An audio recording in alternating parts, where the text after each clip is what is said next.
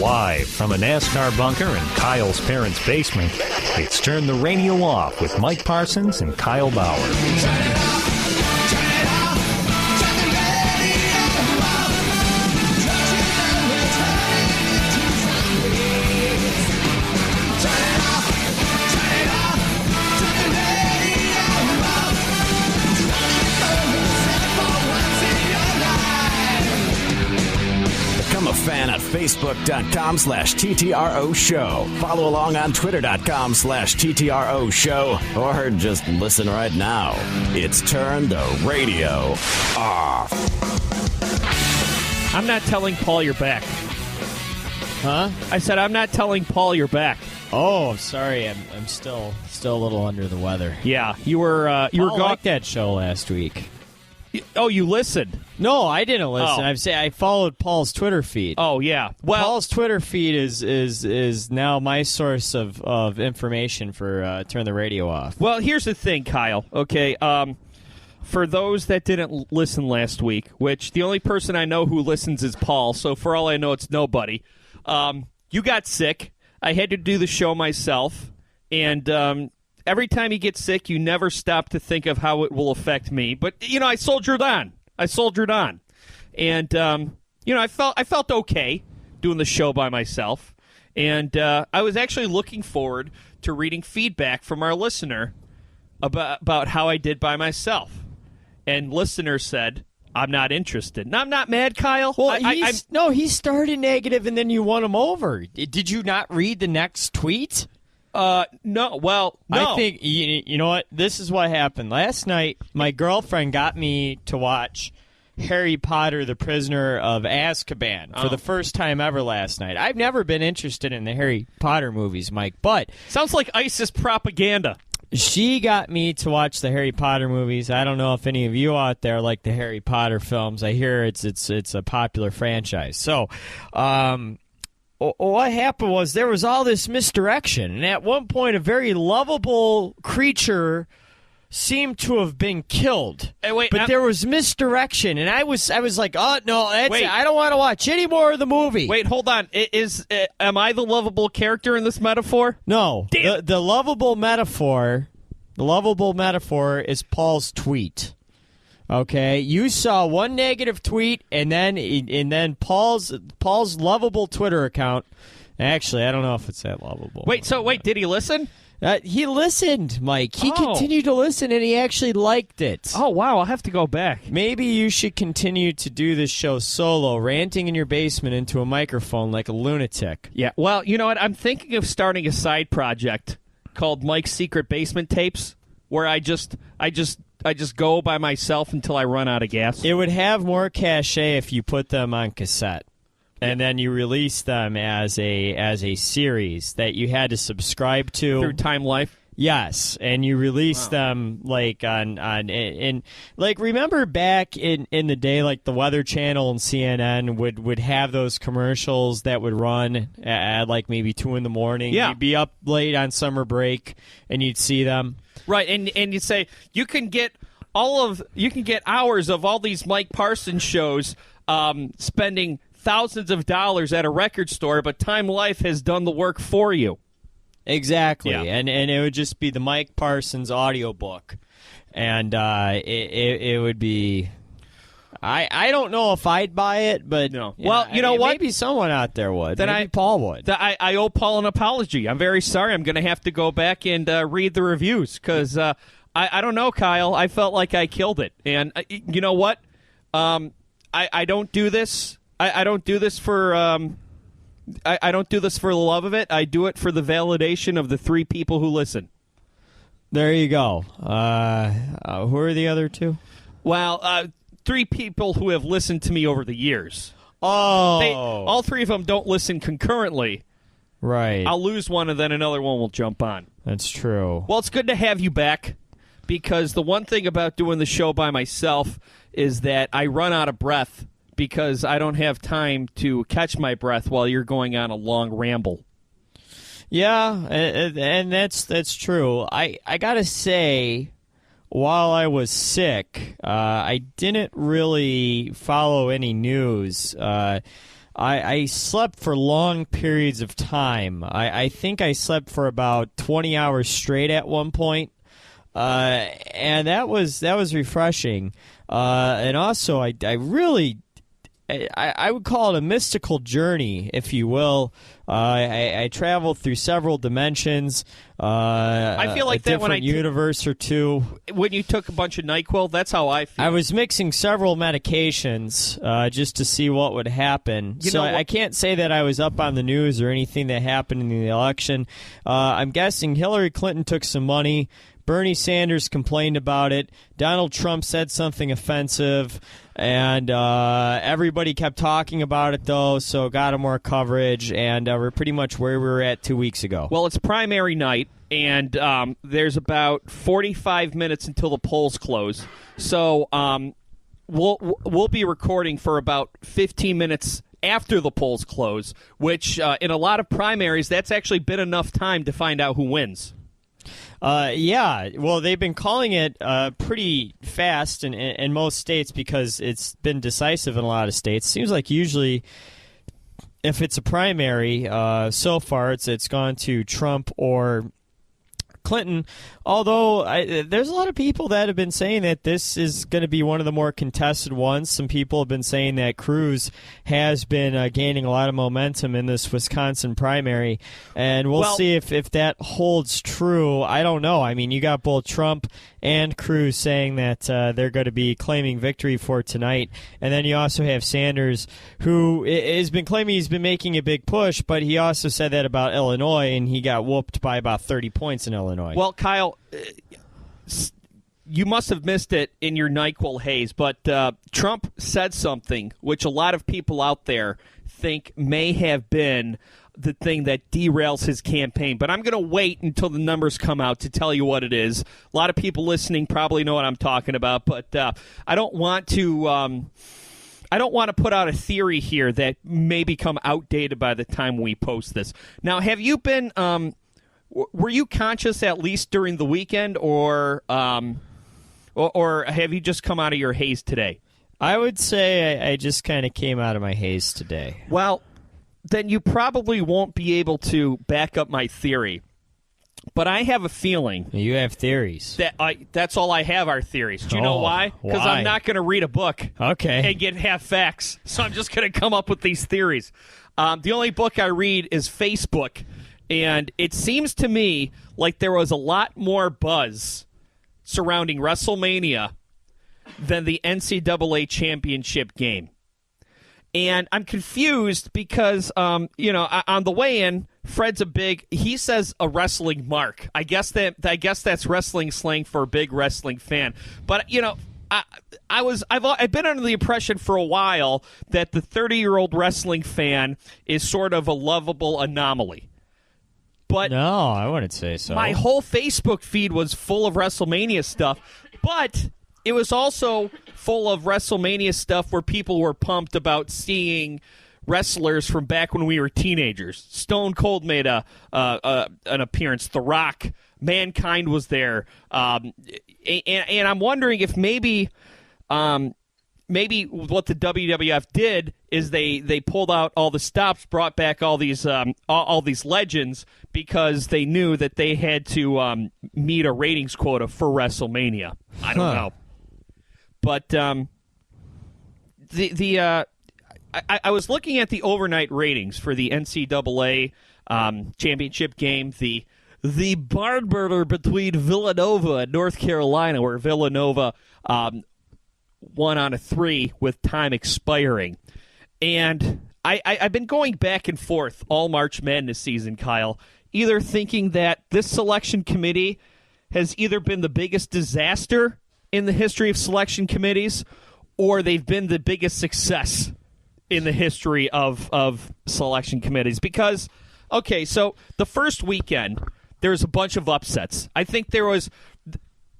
What people love about the NCAA tournament are the upsets and the Cinderella metaphors. Yeah, they really do love the upsets, yes. But it seemed like there was a little too much in that first round. But then you get to the Final Four, okay, and your Final Four was Villanova, 2 seed, Oklahoma, 1 seed, North Carolina 1 seed, and Syracuse, what were they, 9 or 10 seed. So you're like, okay, well, 3 of the Final 4 are our top 2 seeds.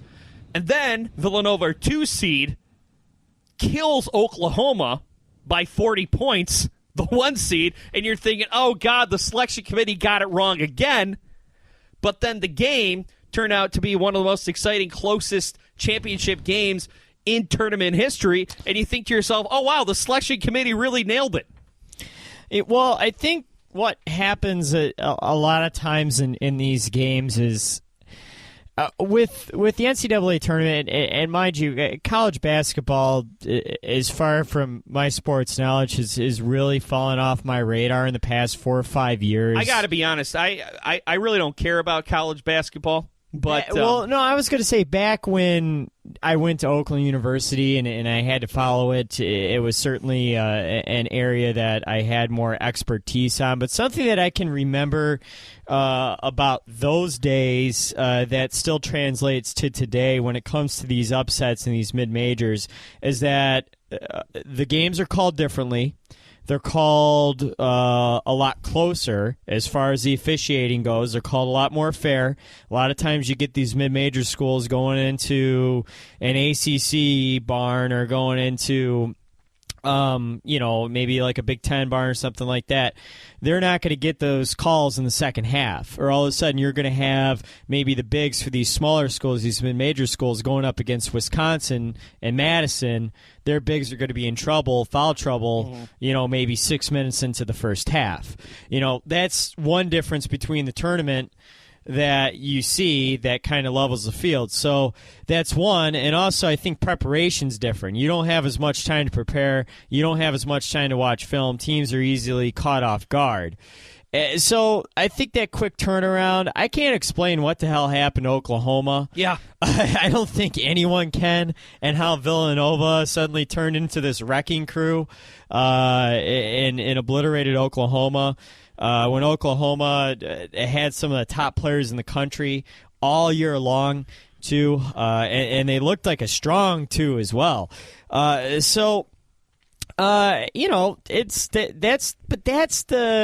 the crazy thing about the NCAA tournament that everybody loves is how unpredictable it is, that it goes back and forth. And that's also the fun thing about WrestleMania. Then I think what a lot of people like about WrestleMania, too, is that WrestleMania is that even though it's scripted, it's unpredictable. That's what makes it so dramatic, is that there's always a heel turn. There's always some strange plot twist. And where it's like with this year's Super Bowl, I mean, sure, there are a few people who pick the Panthers, but ultimately, what's the old cliche? Defense wins championships, and the Broncos' defense absolutely swallowed the Panthers. You could say it was somewhat predictable what happened in the Super Bowl. Yeah, can you say that? What happened in the NCAA tournament was predictable? No. And, yes, some years it is. Some years it isn't.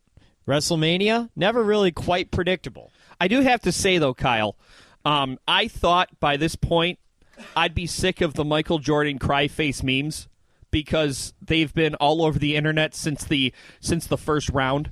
I remember that when Michigan State lost, they actually had a Magic Johnson cry face meme. And I thought that although Michigan State exited early, wait, was it Magic Johnson from his AIDS press conference? If so, that's cold. No, it looked like an older Magic Johnson. Perhaps the tear was superimposed. Oh. But let's hope so. I've got to hand it.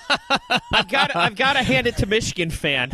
Okay, even though they didn't even make the tournament, that doesn't stop them. And after the Michigan State Spartans lost to Middle Tennessee, Michigan fan had some pretty good memes ready to go. Now, a friend of mine who's a Michigan State fan pointed out the possibility that maybe they've had these saved up. Oh yeah, they got a Michigan fan has a bunker ready to go ever since Michigan State football. Now see, Michigan State basketball has always been one thing, but Michigan State football became a perennial contender.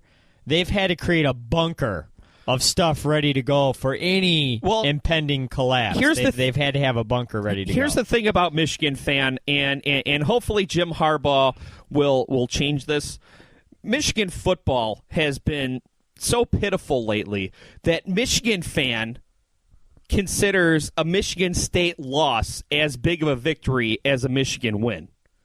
They're vicariously victorious through Michigan State losing, which that's a pitiful existence to live. Well, that's a lot like how I remember it. Maybe I'm seeing this through like little fat Kyle's Michigan U of M fan eyes, like back in the 90s and early through mid-aughts, before I renounced my Walmart Wolverine hood.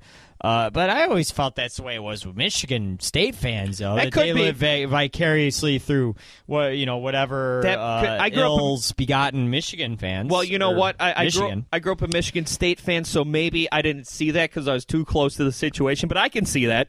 Yeah, I think it's tainted on both ends. But I think probably the strongest power move, the strongest internet troll of this NCAA tournament, this March Madness season. Oh, I just got sued. Was after the game, somebody changed North Carolina's Wikipedia page from the North Carolina Tar Heels to the North Carolina Crying Jordans. Really? It did.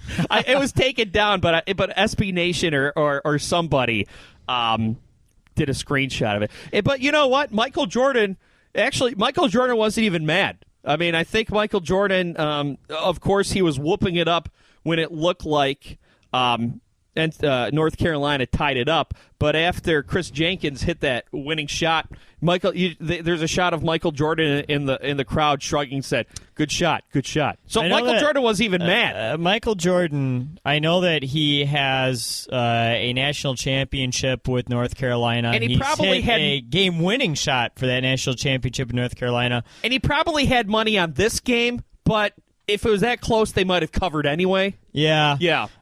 He had an iconic career at North Carolina.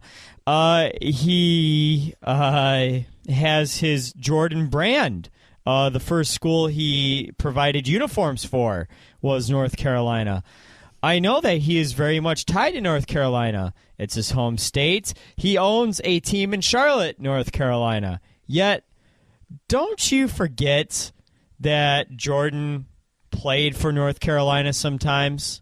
I do. Well, I forget that he played for the Tar Heels. Right, just because his NBA career just overshadowed anything he did. Exactly. Like sometimes Space Jam overshadows that he played for the Tar Heels. It's sometimes he playing for the Wizards overshadow that he played for the Tar Heels. He played for the Wizards, I think, just as long as he played for the Tar Heels. Yeah, well, it's kind of like... Actually, he did it, but still, it seems like he did. It's kind of like people don't remember Michael Jackson was in the Jackson 5 because his weird legal troubles overshadow it, and before that, his musical career, solo music career, overshadowed it. But yeah, you forget all about Michael Jordan, except for that one picture of him in college where he's holding like an umbrella in his dorm room dancing to something. That's the only time I remember that he played for North Carolina. And it might have been James Worthy who hit that game-winning shot and he just assisted. I honestly can't remember. Anyway, the point is, Jordan has billions of dollars and he has his model wife and he has like 6 other model wives that he has on the down low. That he's probably married to under some polygamy law, and he just keeps it covered up. And it's all good. He's fine. Like, Jordan will be fine. That's why he doesn't care about the Crying Jordan meme. Yeah. One, Michael Jordan probably doesn't even own a computer. Right. He doesn't need to. Right. Probably what he does is... he's got like a whole warehouse full of MacBooks. Michael Jordan doesn't need the internet. Why would Michael Jordan need the internet? And what Michael Jordan does is when he needs to blow his nose, he'll pick up a MacBook, blow his nose into it, and then throw it out. Why do we need the internet? Because we're all broke and sad. Right. Why does Michael Jordan need the internet? Because he's not broke and sad. He's got money. And women. Yeah. All he does is Probably to go on porn sites and figure out who he's going to fly out to his sex bunker. I know about sex bunkers. Yeah, what happened to your sex bunker? That's been closed down. Yeah. Yeah, unfortunately, I had to shutter it. It got some heat put on me by some SJWs. Yeah, and also you moved out of your parents' basement. It's Turn the Radio Off on the internet. Less rock, more talk. Turn the radio off. Become a fan at peoplehatemypodcast.com. So, let me repeat your order here. That'll be 1 double cheeseburger, ching. Large fries, no large soda, ching. 2 kids' meals and 2 medium sodas, ching. 1 chicken sandwich, large fries, and a vanilla milkshake. Bada bing. That'll be $62.75. We're a little shy. Remember when you could feed your whole family fast food for less than $10? Well, at Rally's, you still can. Rally's has it right. It's sometime in the future. The ultimate challenge. Crossfire. Crossfire. You get caught. Crossfire. Crossfire. You get caught. Crossfire. Crossfire! Crossfire! You'll get caught up in it. Switch off the radio. Turn off the radio. Shut down your radio system. We'll do it live! What? I'll write it and we'll do it live! Turn the radio off. There you go. I'm drunk. Kyle, do you remember the name Jason Van Dyke? Was he in the Army or something? Do you remember the name Laquan McDonald? Oh, he was shot probably by Jason Van Dyke. Yeah, Jason Van Dyke was the Chicago police officer who shot Laquan McDonald, 17 years old, 16 times. If you remember, it was this video that caused a huge firestorm in Chicago. Came out in October. Yeah. Yep, where it shows Jason Van Dyke walking alongside Laquan McDonald. Laquan McDonald, keeps walking as Jason Van Dyke tries to apprehend him. They're walking side by side, and then it looks like Laquan McDonald breaks away and starts walking away from Jason Van Dyke. All of a sudden, Jason Van Dyke pulls out his gun, shoots the kid once, drops him, and continues to shoot him 16 times. Well, of course, this caused a giant firestorm because Jason Van Dyke was found not guilty. And then they released the video. And now, Kyle, the police union in Chicago is trying to get Jason Van Dyke back on the force. Not his job back, but on the force as a janitor. No. Now, holy shit. Well, actually, I wasn't saying that to make you laugh, but I know, but it's still funny. Oh God, police unions. But, they never have. There is never a bag of tricks. It's just bottomless. Oh my goodness. Well, right. At number one, the guy's acquitted. Where on the video it shows that he is not in any danger. Yes, he said Laquan McDonald had a knife. But Laquan McDonald is walking away from him. So not only is he acquitted, they're trying to get him his job back. And, Kyle, I think, you know, there's this war of rhetoric out there, right? When a police officer is killed in the line of duty, or when a white person is killed by a black person, and you get all these people who are anti-Black Lives Matter saying, oh, well, all lives matter, or police lives matter. Blue lives matter. Which is true. But here's the difference, okay? When somebody shoots a police officer, that person is going to face legal repercussions. Oh, yeah. Which they should. They're going to get their asses kicked. Which they should. Absolutely. When shit like this happens, okay, and you know what? This Jason Van Dyke thing, this may be an exception, not the norm. But this happened. Jason Van Dyke shot a 17-year-old black kid who was not a threat to him. Mm-hmm. Not only does he not go to jail, but he's got someone fighting to get him actively employed again. And that's the difference. If Jason Van Dyke faced the same legal repercussions for shooting Laquan McDonald that Laquan McDonald would have faced for shooting Jason Van Dyke, there'd be no outrage. Mm-hmm. And that's the thing. It's not. There are some people who are prejudiced, but it's not anti-police. It's anti-injustice. Mm-hmm. Oh yeah, because it's. I mean, that's what it's all about. Because we're talking about a tilted justice system. We're talking about raging inequalities within our justice system, and that's what it's always been. And there's never been a. I mean, I can't recall any public cases where. And I might be wrong, but I can't recall any public cases in my lifetime where a cop killer got off. And got off with video evidence, where I can think all the way back to Rodney King, Malice Green locally, and those are just two to begin with. And then that's going all the way down the line to Laquan McDonald. I mean, we're talking about 30 years here, where police officer after police officer either physically assaulting, brutalizing, or murdering an unarmed black person or a defenseless black person or a black person who is not an active threat, right, and getting away with it. And then after these people are either not brought to justice, they get a support system that the victim doesn't get.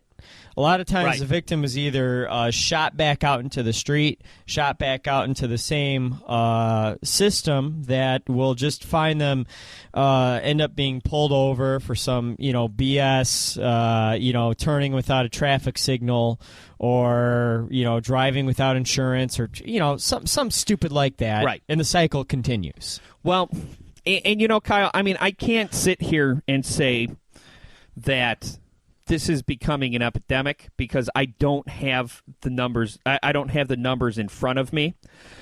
I can't even speak for sure about stuff like Michael Brown or Trayvon Martin just because there's no video evidence.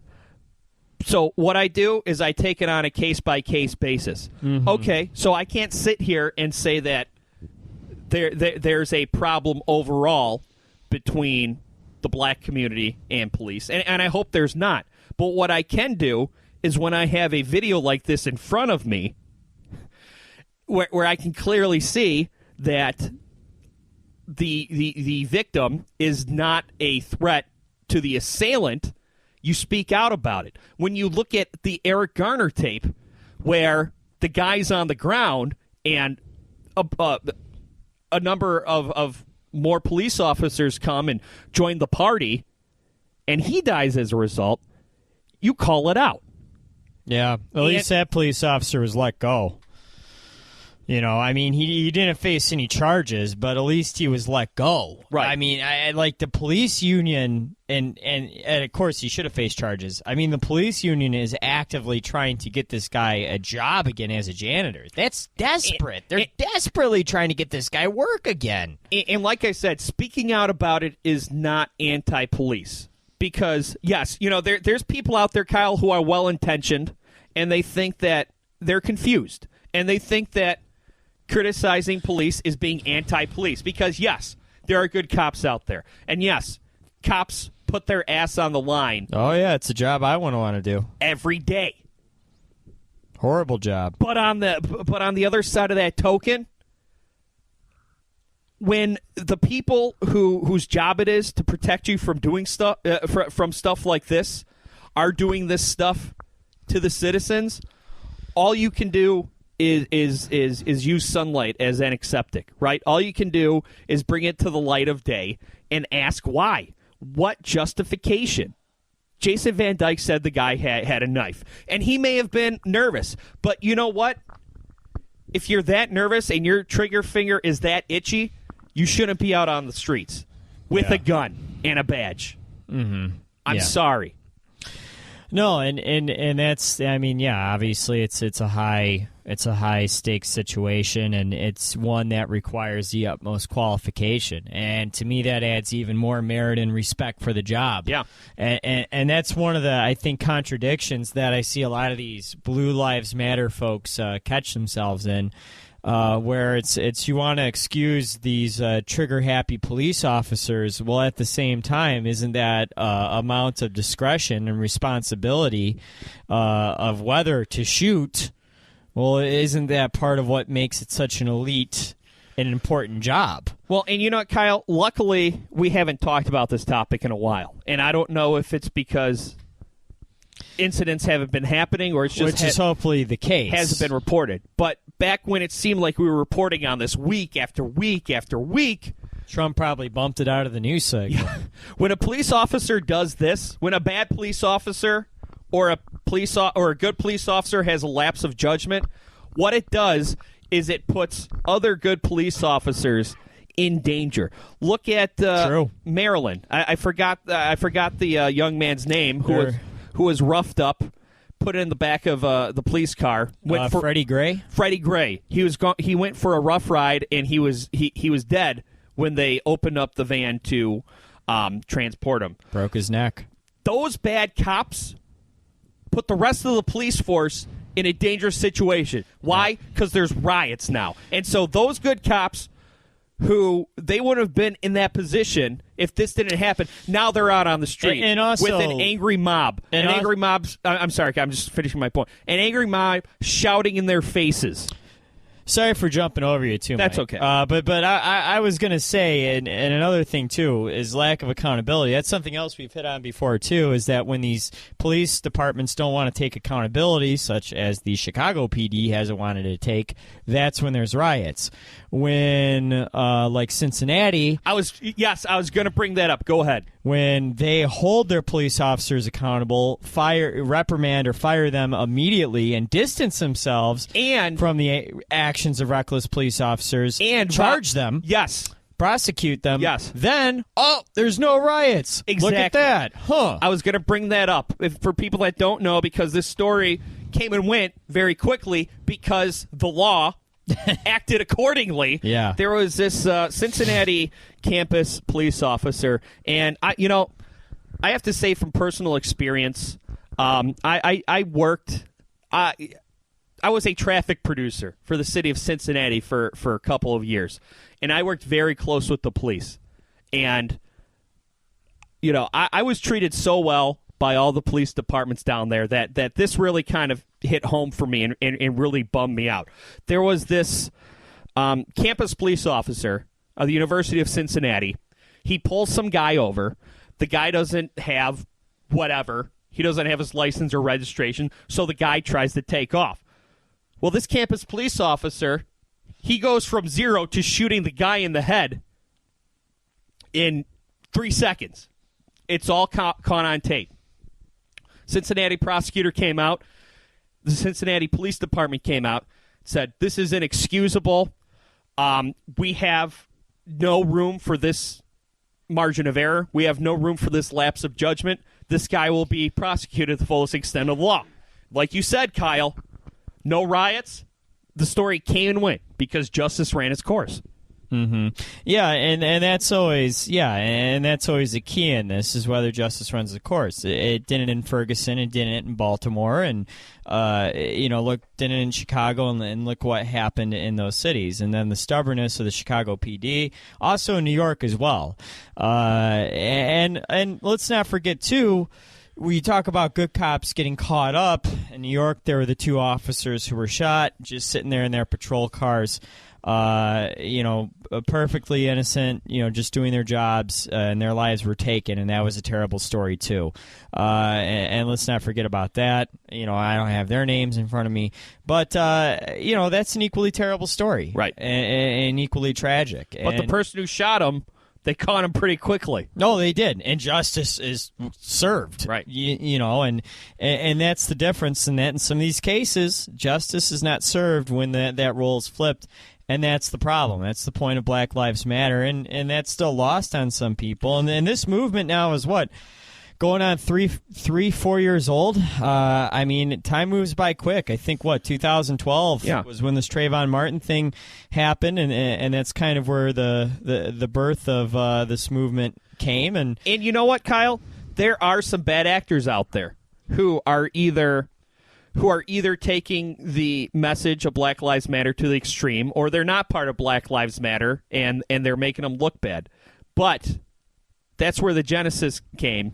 And that's where the anger is, and I think that the anger is justified. The looting and the violence maybe isn't justified, but the anger is justified. Yeah, well, certainly the anger, but that's where the looting and the violence comes from. I mean, sometimes, when you try to peacefully protest and nothing changes, and people still call you thugs anyways. Right. Sometimes you feel like you have no recourse. I mean, how loud can you scream? And if you still can't get someone's attention, I'm not saying that I condone it. But. Well, here I understand where people get so frustrated, where communities get so frustrated, they feel like they have to act in the most extreme ways possible. I see looters and rioters falling into 2 categories, right? Number one, you get the opportunists and the agitators who are doing it for monetary benefit or they're just trying to get free stuff. And then you get the other people who feel like they have no other nothing to lose. Yeah. Nothing to lose, and no other choice but to get violent and to get rowdy. Now, like you said, you're not condoning it. You're just explaining it. Let's turn the radio off on the internet. Turn the radio off with Machine Gun Mike Parsons. And guess what? Life isn't fair. You don't always get what you want. And Kyle Avocado Bauer. Oh, zombie preparedness kit. I'm a zombie. Lols, lols, lols. We'll be back in seconds. Turn the radio off. With more Turn the radio off. Got mail. On the internet. What exactly is it that makes a Ford Escort GT so much fun?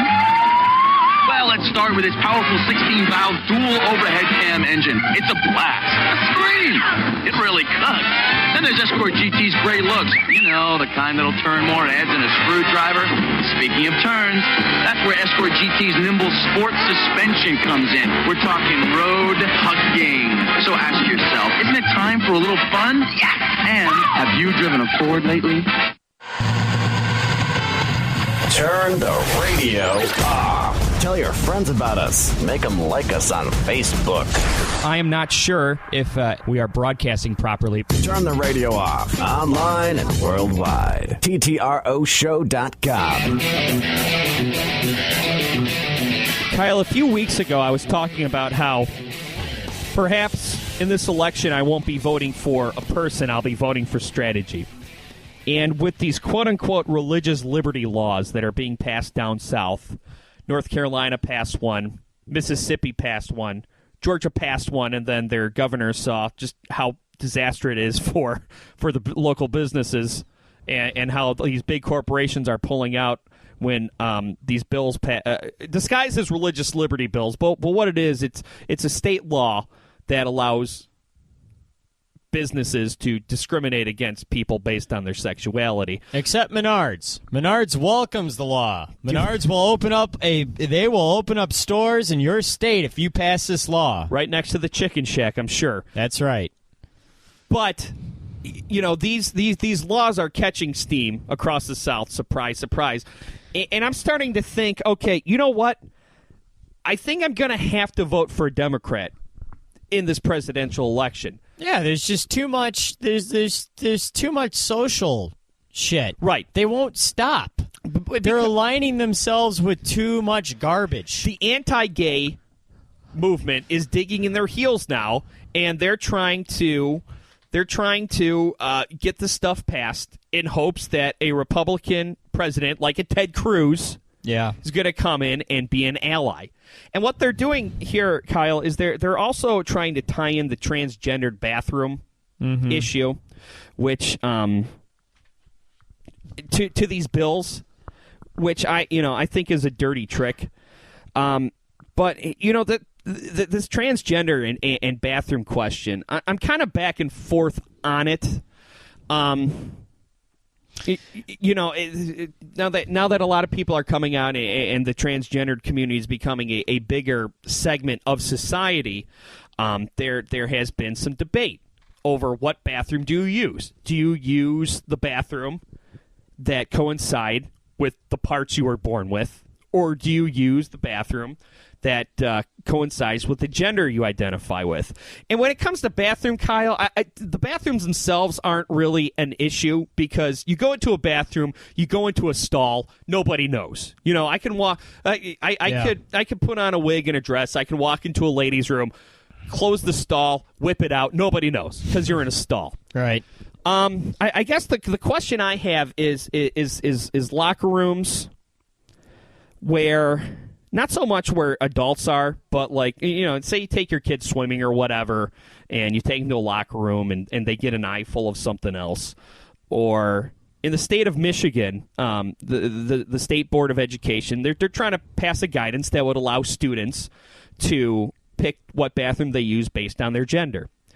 And I think that, to me, that's the tricky situation, because you want to be accommodating to the transgendered community, but you also understand that that's an awkward time. There's a lot of hormones. There's a lot of being unsure of yourself, and perhaps putting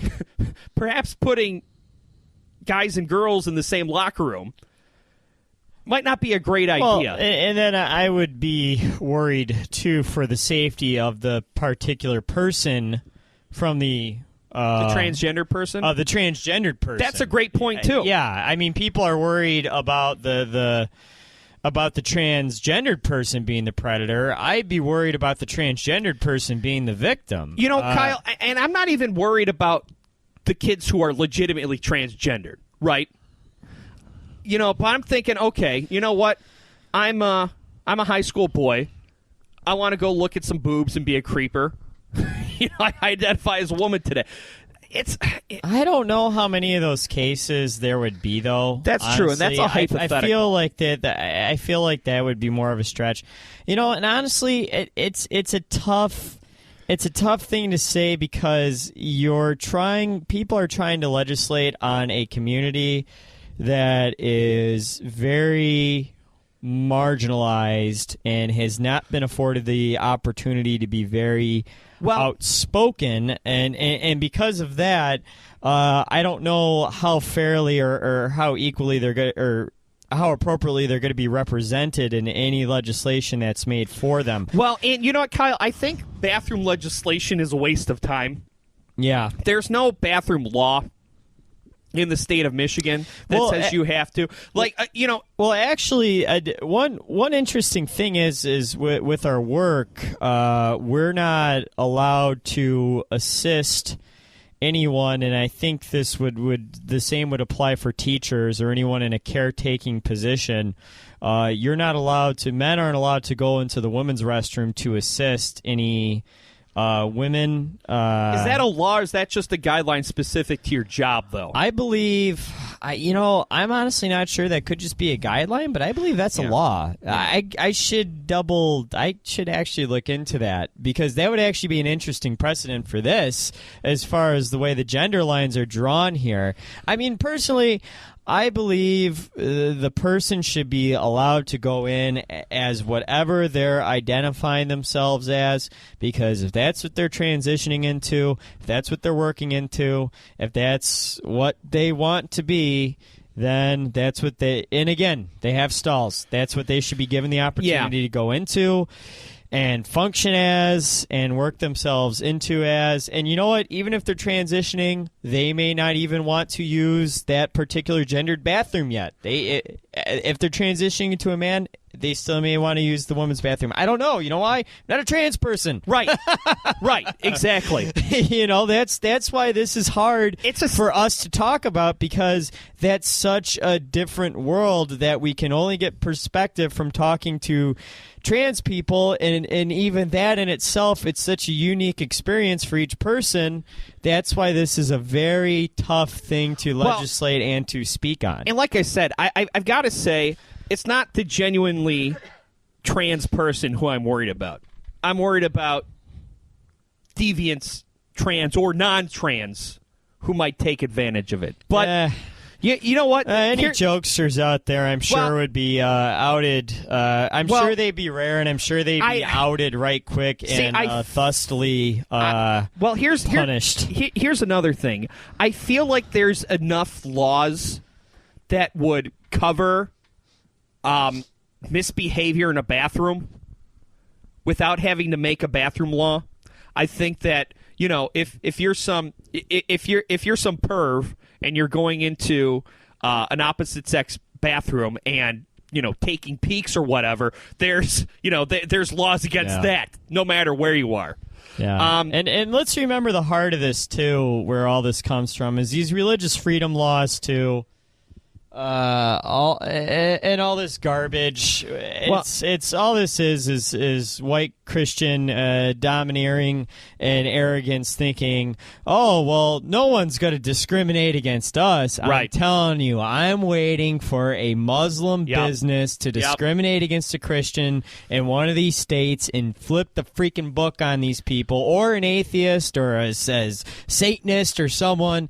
Flip it on these people and watch all hell break loose. It'll be brilliant. Well, and because it's a stupid freaking law, I can't stand it. I think a lot of people listening to me right now, I hate the South, thinks I may be taking a position, and it's probably you're probably assuming that I'm taking whatever opposite position of you, because that's what people do, right? If you're not 100% lined up with your position, you're taking another one. Like I said, it's just something that I don't feel I've given enough thought or talked to enough people. It's a complicated thing. It is. And here's what I would think would be the solution to the schools thing. Okay, you can pick the bathroom you want based on what gender you identify with, but there's got to be some kind of formality to it, right? Like your school file. Kyle, if you're born a man but you identify as a woman, get some form, fill out, I now identify as a woman on your file or whatever at school, change the M to an F, and then you can use whatever bathroom you want. Like I said, the locker room's a different situation. That's to be continued. Well, you gotta. I understand what you're saying too, and there's a possibility that someone who's against trans people will try to exploit this and protest or something. Yeah, I can see what you're saying, but the hope is that also with this generation, there's that there will be support for this community and support for trans people in general. I think there's still a lot of transphobia out there. There really is. I think with the whole Caitlyn Jenner thing, you saw a lot of that. So hopefully that's something that everyone will be working on. But obviously there's a lot of states out there still have a lot of work to do. Right. What about Wisconsin, though? Yeah, I'm looking at Wisconsin here, and obviously it's too early to call, but it looks like exit polls, which, Kyle, I really hold my breath with exit polls, because if you remember, all the polls were saying that Hillary Clinton was going to win Michigan by double digits, and Bernie Sanders did. But based on the numbers we have right now, and I hope these don't change, because like I said, this whole segment will be useless before we post it, it looks like Bernie Sanders is going to win Wisconsin. Ted Cruz is going to win Wisconsin. Now, it's not a winner-take-all state, so if it's close, pretty much Donald Trump and Ted Cruz will split delegate. They'll get essentially the same amount of delegates. And really what the Republicans are doing right now is they're just trying to hold Trump off from getting the delegates he needs to be the uncontested nominee so they can go into a brokered convention. Now, I was telling you, Kyle, that it was either this past week or the week before, Donald Trump said something which a lot of people think may have been the beginning of the end of his campaign. And even if he wins Wisconsin, it's still too early to tell. But he was on MSNBC with Chris Matthews. Chris Matthews asked Donald Trump a hypothetical. He said, if abortion is illegal, should the woman face punishment for having an abortion? Donald Trump said yes. And from a lot of polling we've seen, a whole lot of people are leaving. A whole lot of his supporters are leaving his camp, which is very surprising. Right, because if you're Donald Trump and you're trying to pacify this base with everything you say, you would think that yes, that would be the answer to throw red meat to your base. But you know what? It's surprising to me because I think, I kind of had this impression of anti-abortion folks thinking that they're vengeful, right? They're pro-baby, anti-woman, and they want to punish these Jezebels for having abortions. Well, now, a lot of these people who were supporting Trump, they were probably anti-abortion. And so a lot of these people, these anti-abortion people, are leaving Trump because they're turned off by what they said. There's been a lot of anti-abortion groups. And I use anti-abortion because I think pro-life is a BS word. Pro-choice, I think, is a BS word, too, but I haven't come up with another word for that. But these anti-abortion, a lot of these anti-abortion groups came out and said that, no, we think that these anti-abortion laws should be to protect women, not victimize them, which that kind of shifted my perspective a little bit. There is one way that this backfiring on Trump makes sense, and I could see how Trump would come out and make a statement like that, because at face value, you would think it makes sense for him to say something like that and further galvanize his base. Because it's very vitriolic and it's very Old Testament and it's very angry, right? And it's very vengeful. He's just saying what us terrible people are thinking. Exactly. So I could see why he would think that this would work, and he's not saying anything that he sincerely means or believes. So of course it's more BS out of his mouth, right? So I can see how it backfires. And I didn't think about this, but it just dawned on me when you were speaking there. Catholics are Catholics, which I think make up a lot of the Republican base, more than I think we remember, or at least have been acknowledged, because I think they've been shamed into being very quiet throughout this election, because there's really no candidate that they've been inspired to get behind, especially with their cool progressive pope running around out there. You know what I love? I love when these stodgy old religious types get pissed off at the Pope for having common sense. But Catholics, I mean, there's still forgiveness. That doesn't exemplify forgiveness for a sin.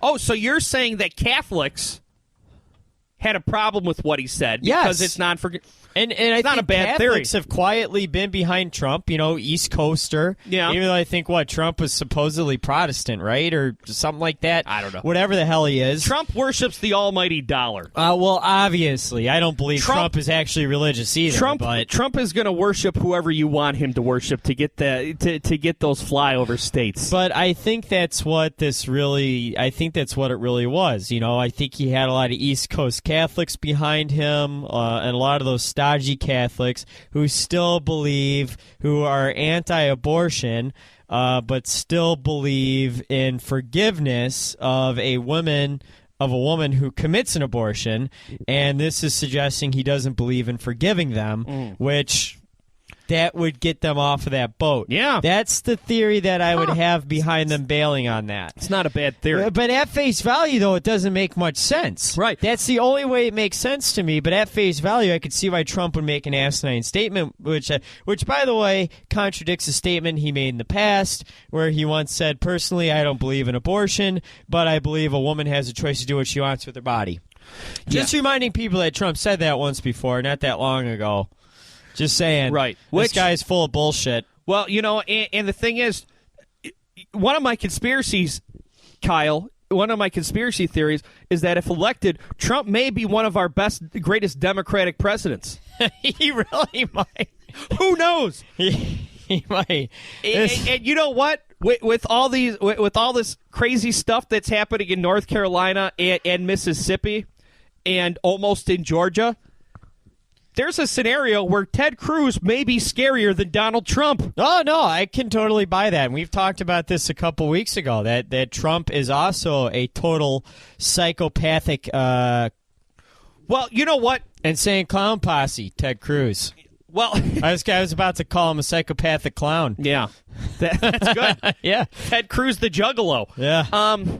Yeah, here the controversy before the abortion controversy was the controversy where a Ted Cruz super PAC released a photo of Trump's wife back when she was modeling, saying this is going to be your next first lady. Which to me, it's like, okay, so what you're saying is Trump married a supermodel, which is like what every dude aspires to. How is that? How is that a negative? And also, what the hell does Ted Cruz's wife looks like? She looks like what's her name from all those Christopher Guest movies? Oh, Stifler's mom. Yeah, I mean, when she's always like, she's always making that face. But here's the thing, okay? So once that Ted Cruz super PAC put that out, which Ted Cruz says he had nothing to do with, what does Trump do? He goes after Ted Cruz's wife, and then Ted Cruz is all on TV. Heidi. Yeah, and then Ted Cruz is all over TV like, wives and children should be off limits. You sociopath! You're, not to sound like in fourth grade, you started it, you idiot! And you're sitting here going, oh, well, yeah, I released this photo of Trump's wife, but wives should be off limits when you start talking about my wife. No, I'm sorry, I shouldn't have said that. It's okay, Mike. You're upset. No, that you know what? That's not fair to. It's really not. These candidates are far more stupid. No, you sociopath. That's what he is. He sits there. He sits there and lies through his teeth, and you know he's good at it because he has a straight face. That's almost as concerning as this wild BS that Trump has been spouting the whole time he's been running. I know, Mike. It's I do apologize though for the. You know what? I'm actually going to edit that out of the podcast. I'm going to. Yeah, but no, these candidates really are an insult to the. Yes, they are. I mean, seriously though, it's incredible that we still have a whole summer and a whole convention season coming up. But it's incredible that it's even come to this. But if these exit polls hold up, I mean, how about Bernie? Bernie's still hanging in there. You know what? If you take away the superdelegates, Bernie is very much within striking distance. He is, and he still has California, and that could change some things. So all right, well, before I start using undeserving groups out there as insults, I'm going to just shut it down here. We'll be back next week. It's Turn the Radio Off on the Internet. Bye.